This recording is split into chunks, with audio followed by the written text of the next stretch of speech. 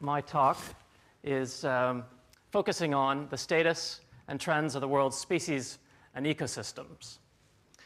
And I'm also going to try and paint a picture of what it might look like in 2050. Now, I warn you, there's a bit of doom and gloom. And so, excuse me. So I've put a parental guidance warning because there are some unpleasant images, especially for the next generation. Now, we all know that population trends have... That way, right.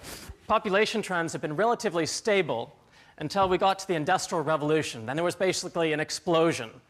And population growth rates got the highest in the early 60s at about 2.2% growth. And it's now slowed down a bit, but we're still adding about the population of Germany to the planet each year. Now, some of you were born in the 60s. What's happened since the 60s? Well, the population has doubled. Food consumption has gone up 2.5 times. Water consumption has more than doubled. And the economy has grown 6-fold. So, if we look from 1960 and we project to 2050, we'll see that there's going to be another 6 billion people on the planet. And we will have gone from a global GDP of about 10 trillion to a global GDP of about or over 100 trillion. So we are currently experiencing the greatest assault on the world's species and ecosystems ever experienced in human time. So WWF estimates that by 2030, we'll need 2 planets if we wanted to live on this planet sustainably. And by 2050, we would need 2.5 planets. But clearly, we don't have 2.5 planets, so what does this mean? Well, we'll start eating into the capital of future generations. So we're going to pass on a depauperate planet. Now, this is even before considering climate change. And I don't want to focus on the negative, but I will say we are already doing worse than the worst case scenario under the IPCC. We're about to head to Copenhagen and have very unsatisfactory negotiations and probably come out with a situation where we're destined to lose the world's most phylogenetically diverse system on the planet, the coral reef. Now, given these threats, it's not surprising that current extinction rates in the green are about 1,000 times higher background extinction rates in the fossil record. And then if we look to the future, we see 10 to 100 times the current extinction rate. And when we put this figure together for the Millennium Ecosystem Assessment, we weren't even really thinking about climate change to the extent that it is playing out today. This is really supported by findings we have when we look back to 1970 and bring it to the almost present, where we have a 30% decline in vertebrate populations in the marine system, in the terrestrial system, in the freshwater system. This is the IUCN Red List. It tells us which species on the planet are threatened, critically endangered, endangered, vulnerable, and so on.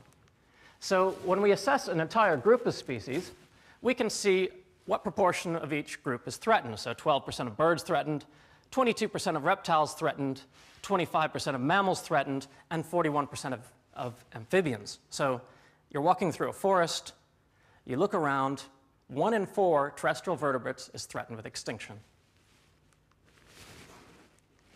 So is this representative of broader biodiversity? We all know that vertebrates make up about 2% of the overall biodiversity. We don't know. But we've assessed dragonflies, freshwater crabs, and corals, and we see that about 12% of dragonflies are threatened with extinction, about 32% of corals, and about 32% of freshwater crabs. So our initial findings strongly indicate that the vertebrate world, yes, may be very indicative of the invertebrate world, and this is frankly scary. So what is the great threat to biodiversity? Well, we all know that it's conversion of habitat, habitat loss, habitat degradation. And here it's showing that this is the case for reptiles, amphibians, and mammals. This is a figure from the Millennium Ecosystem Assessment. It's showing us that by 1990, 6 of the 14 major biomes were already 50% converted. But what I really want to point out is what's going to happen leading up to 2050. So if we look at the areas in dark red, they're going from 1990 to 2050. And we see the systems that will experience the greatest conversion are the tropical systems, so tropical forests, tropical savannas, and so on. Now, this figure here shows us where the world's forests are. The light green is where they're fairly stable. The red is where we're losing forests, and the dark green is where they're growing back. And this band across the middle is, of course, where we have our tropical forests. That makes up about 15% of the Earth's surface presently. There's about 80 to 90% of the world's terrestrial biodiversity lives in this area, and there's about 1.2 billion people that are dependent on this system. Now, watch this carefully, and here we have an overlay of the cultivated system. The first thing is to note that 1/4 of the planet is already under cultivation. So what is not under cultivation? Well, we have deserts, we have mountains, we have tundra, and we have forests. So what will go next? Well, obviously forests. So with this doubling of the population from now moving forward, we need to feed a much greater population, we need to intensify, we need to expand, and we'll lose natural areas of at least the size of Australia leading up to 2050. In that process, we have to use more water. So we currently use about 20 to 25% of the surface water, 70% of that goes to agriculture. We're going to have to more than double that. And by 2030, it's estimated that about almost half the world's population will be living in water-scarce environments.